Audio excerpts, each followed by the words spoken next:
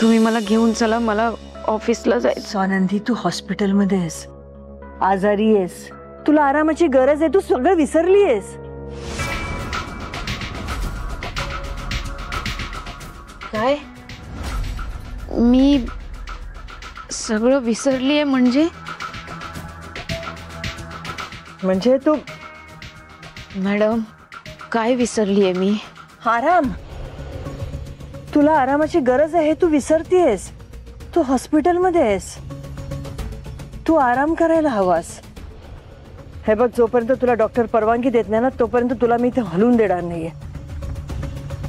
तू झोपून राहायचं, कळलं? मॅडम अहो पण मी काही ऐकणार नाहीये. थांब, तुझी गोळी द्यायची आहे.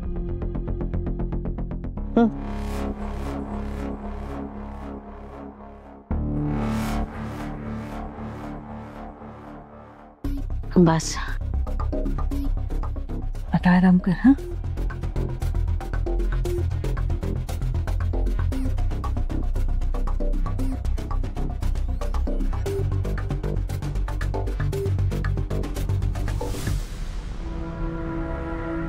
Good night.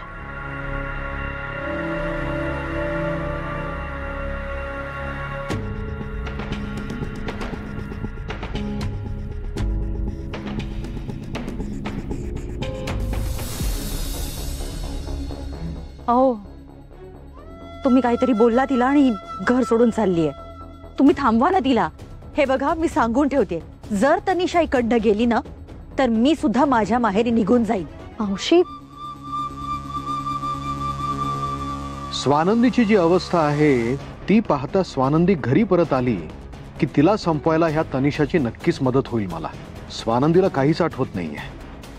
मग अशा वेळी तनिषा तिची नवी मैत्रीण बनून तिला संपवायचं काम छान करू शकेल. तनिषा, मी काय म्हणतो, कधी कधी रागाच्या भरात मी असं बोलून जातो. म्हणजे माझा स्वभाव आहे, मनावर घेऊ नकोस तू. माझं असं म्हणणं आहे, तू इथेच राहा, कुठेही जाऊ नकोस. फक्त एवढंच, माझी एक अट अशी आहे की या घरात काहीही करताना आधी मला सांग, न सांगता काही करू नको.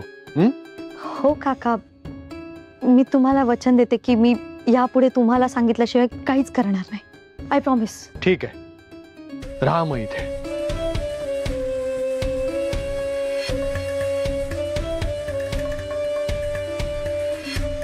पाहिलं सनू, बघितलं ना किती घाबरतात ते मला. मी माहेरी जाणारे म्हटल्यावर लगेच घाबरले. काका इतक्या सहज मला घरी ठेवून घ्यायला तयार कसे काय झाले? अशी अचानक पलटी कशी काय मारली यांनी? तनिष, नक्कीच त्यांच्या डोक्यात काहीतरी प्लॅन असेल. तनिष, जा आता बॅग ठेवून दे. हो हो.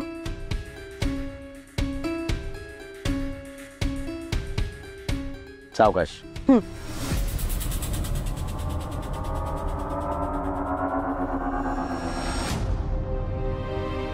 थँक्स.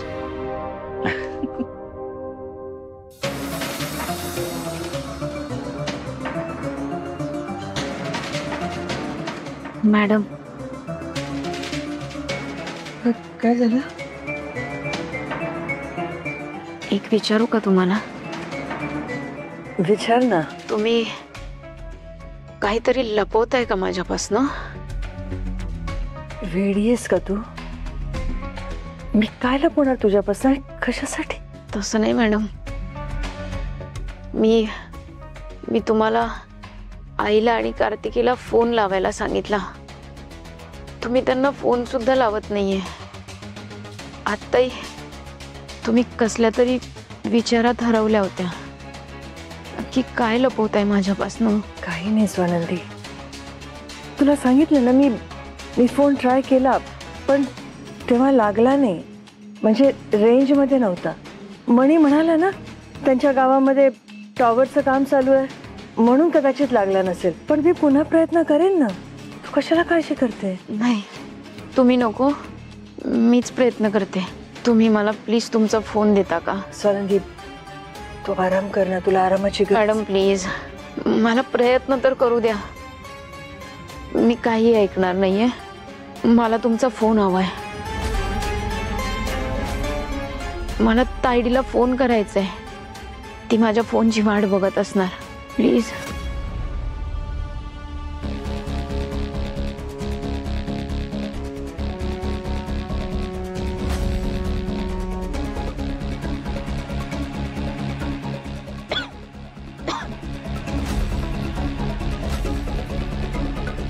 लागतोय फोन.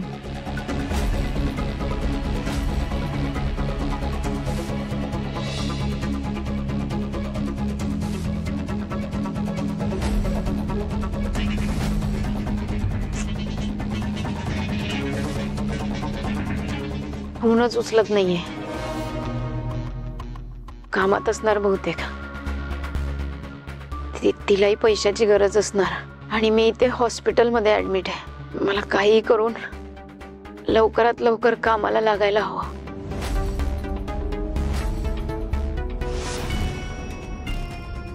कार्तिकीने स्वानंदीचा फोन उचलून सगळं सत्य सांगितलं तर खूप प्रॉब्लेम होईल. स्वानंदी तो धक्का पचवू शकणार नाही. त्याआधी मला कार्तिकीला फोन करून बोलावं लागेल.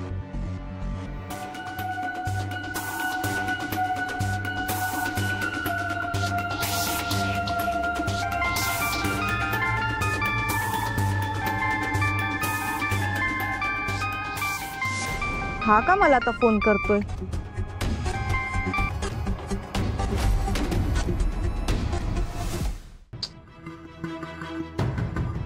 कार्तिकीच्या मनात माझ्याबद्दल राग असेल म्हणून फोन उचलत नाहीये.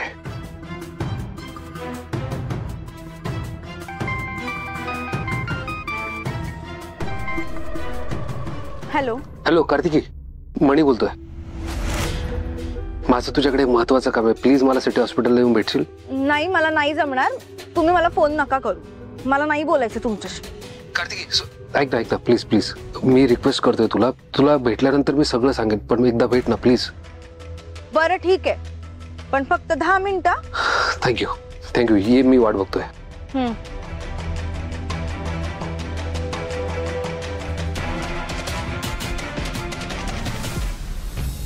मी लवकरात लवकर ऑफिसला जाईन. पण आता आराम कर.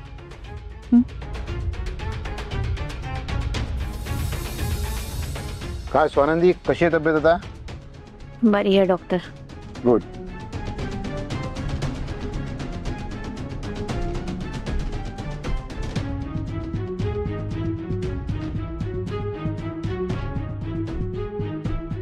गुड. इम्प्रूव्हमेंट चांगली आहे.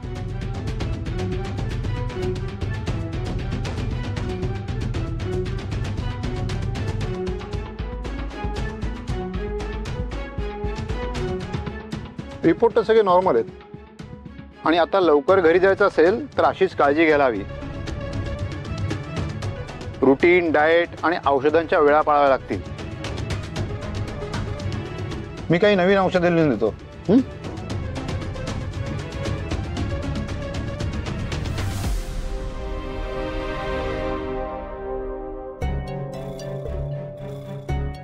ही ताबडतोब मागवा. थँक्यू. चल Swanandi, take care. Thank you doctor. Thank you.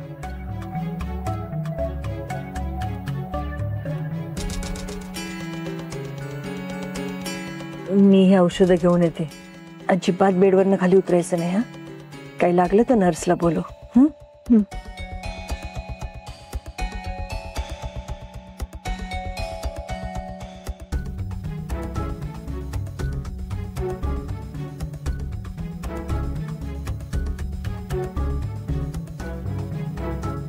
काय झालं मॅडम? ही पण वेड्यासारखं पेमेंट करायला नको का?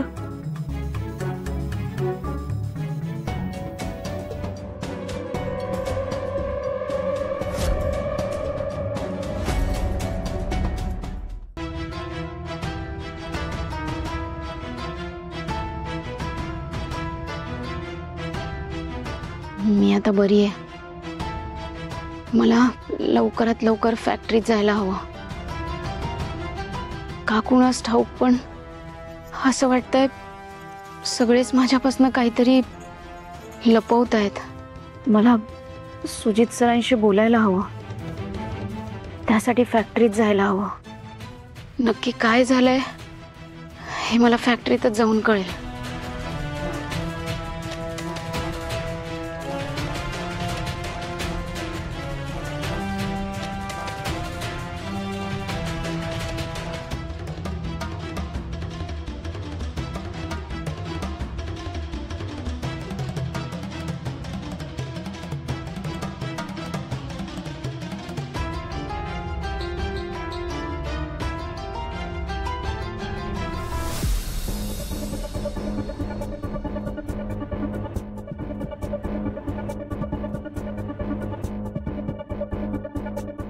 कार्तिकी,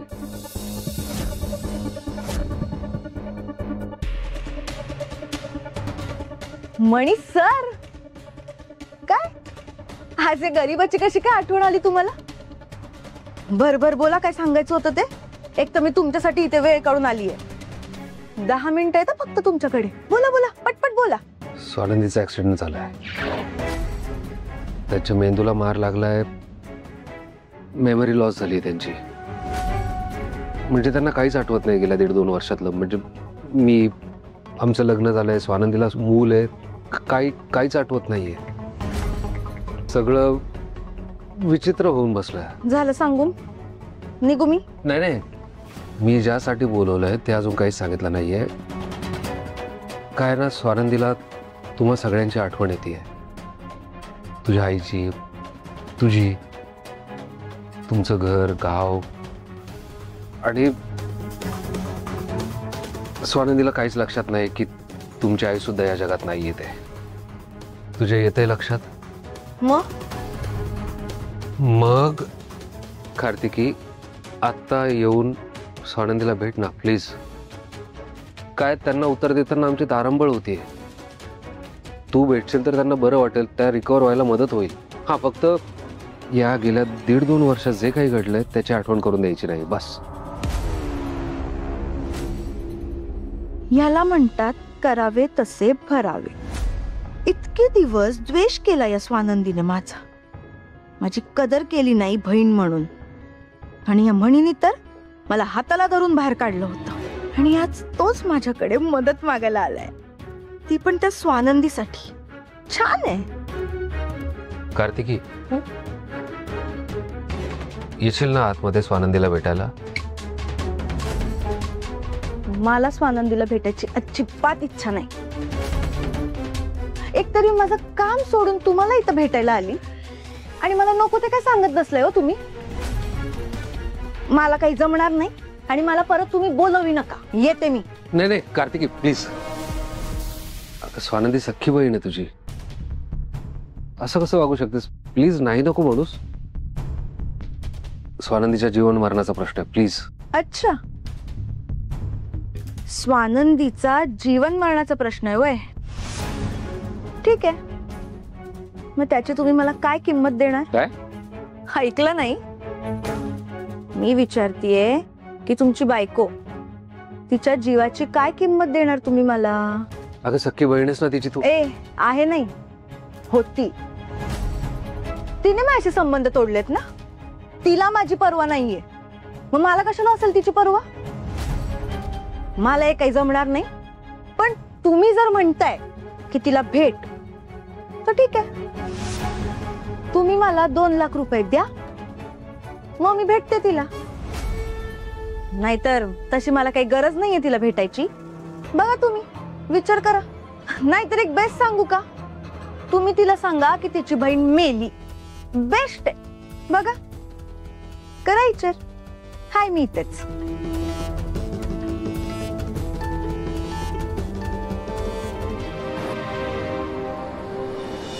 ओ मणी सर, कुठे आहेत माझे पैसे? हो, सांगितलंय आईला. आई येईलच लगेच. थांब. मणी, पैसे. गुड, चला. ओ काय चला? आता तुम्ही म्हटलं तसं मी स्वानंदीशी बोलेन, तिला भेटेन, सगळं तुमचं काम होईल. पण माझं काय? माझे पैसे तर द्या आधी मला, मगच मी येते. तू स्वानंदीची बहीण आहेस? माझा तर विश्वासच बसत नाहीये यावर. हा मला पण विश्वास नाही बसत की ती खरंच माझी बहीण आहे का. कारण ती असं वागली आहे ना माझ्याशी, मी तोंड उघडलं तर गप्प बस. गप्प बस. जाऊ दे ना, आता आपली प्रायोरिटी काय आहे? स्वानंदी आहे ना. वाद घालण्याची वेळ नाहीये ही, आणि हॉस्पिटल आहे.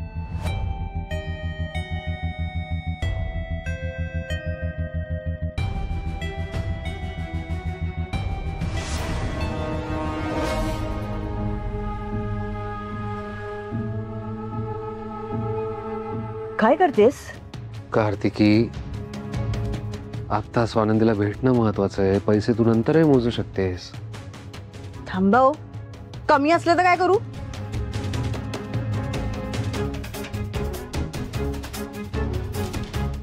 सर, तुमचा पेशंट रूम मध्ये नाहीये. काय? काय? हो सर. आई थांब, मी बघतो.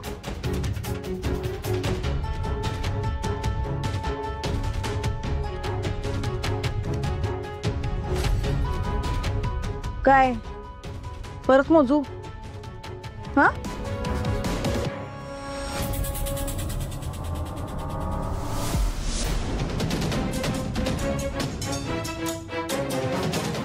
बघा सर, ती तिथे नाहीये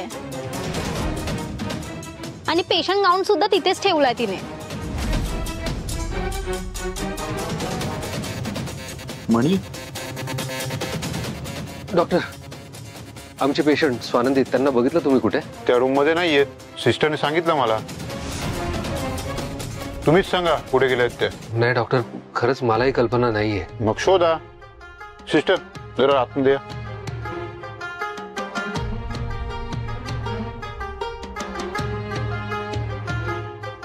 एक्सक्यूज मी सिस्टर, आमच्या पेशंटला बघितलं तुम्ही कुठे? नाही, मी तर नाही बघितलं.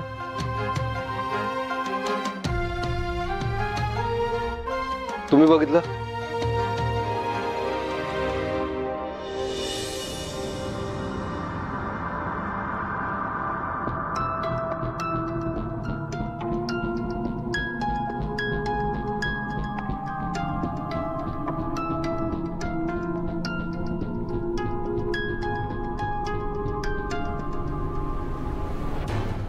Yes madam.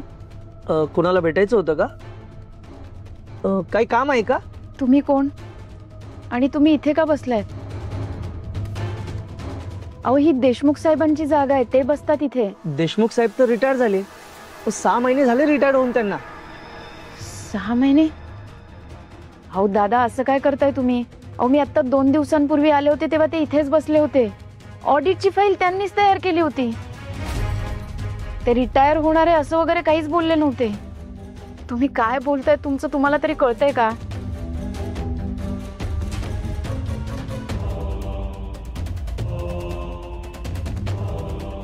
हे सगळे माझ्याकडे असे का बघताय? हे सगळेच असे विचित्र का वागताय?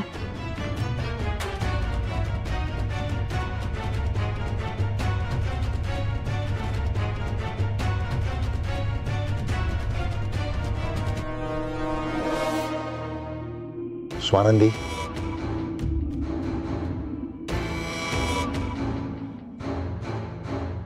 सुजित सर, तुम्ही? अहो, बरं झालं तुम्ही इथे आलात. अहो, हे बघा ना, ही लोक कशी वागतायत माझ्याशी. असं वागतायत जणू मी काय नवीन आहे इथे, पाहुणी म्हणून आली आहे. हे दादा तर म्हणतात की देशमुख साहेब 6 महिन्यांपूर्वीच रिटायर झालेत. अहो, मी आत्ता 2 दिवसांपूर्वी आले तेव्हा देशमुख साहेब इथेच बसले होते. त्यांनी ऑडिटची फाईल दिली होती मला. हे सगळे माझ्याशी असं का वागतायत? मला काहीच कळत नाहीये. आपल्या ऑफिसचा स्टाफ बदललाय का? सुजित सर, तुम्ही मला नोकरीवरनं काढलंय का? तसं असेल तर प्लीज मला सांगा, कारण मला ते परवडणार नाही. माझ्या ताईडीचं लग्न आहे, तिच्या लग्नासाठी पैसे गोळा करायचे आहेत. प्लीज तुम्ही मला काढलं असेल नोकरीवरनं तर प्लीज आत्ताच्या आत्ता सांगा मला काय झालंय नक्की. स्वानंदी मॅडम, तसं काही नाहीये. तुम्ही खूप दिवसांनी इथे आलात ना. बरं बोलतोय ना मी. तुम्ही तुमचं काम करा ना, काम करा. स्वानंदी, आपण माझ्या केबिन मध्ये जाऊया. ये. पण मी आत्ताच आले होते तेव्हा स्वानंदी प्लीज ये. स्वानंदी मॅडम अशा का वागतायत? नक्कीच काहीतरी गडबड आहे. मोठ्या साहेबांना सांगायला हवं.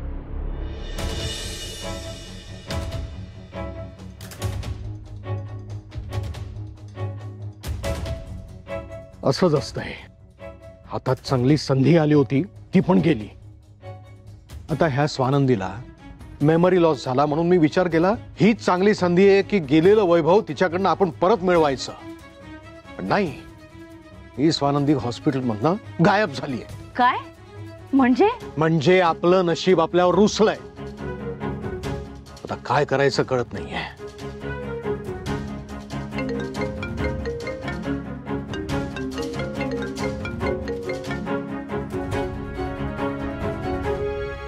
हा बोला.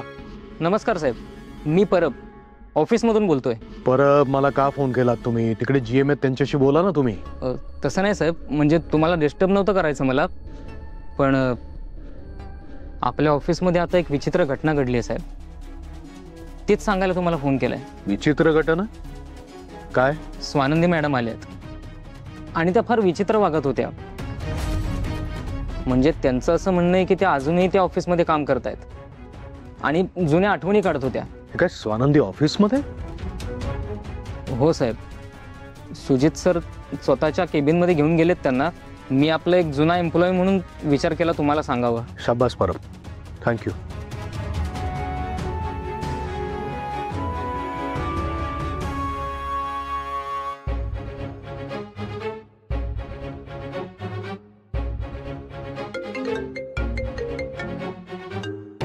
सरपोतदार, हॅलो. मणी, स्वानंदी सुजितरावांच्या केबिन मध्ये गेली आहे. काय? हो म्हणे. नाही, स्वानंदी ऑफिसमध्ये गेली याचं मला टेन्शन नाही आहे. सुजितराव तिकडे ऑफिसमध्ये आहेत. आणि काय, मला सुजितरावांवर अजिबात विश्वास नाही आहे. समजा चुकून माकून त्यांच्या तोंडून सत्य काय हे बाहेर पडलं तर आत्ता स्वानंदी ज्या अवस्थेमध्ये आहे ना, त्या अवस्थेमध्ये तिच्यावर काय परिणाम होईल हे तुला माहिती आहे. तेव्हा काहीही करून सुजितरावांना आपल्याला थांबवायला हवंय सत्य सांगण्यापासून. मणी, हॅलो मणी.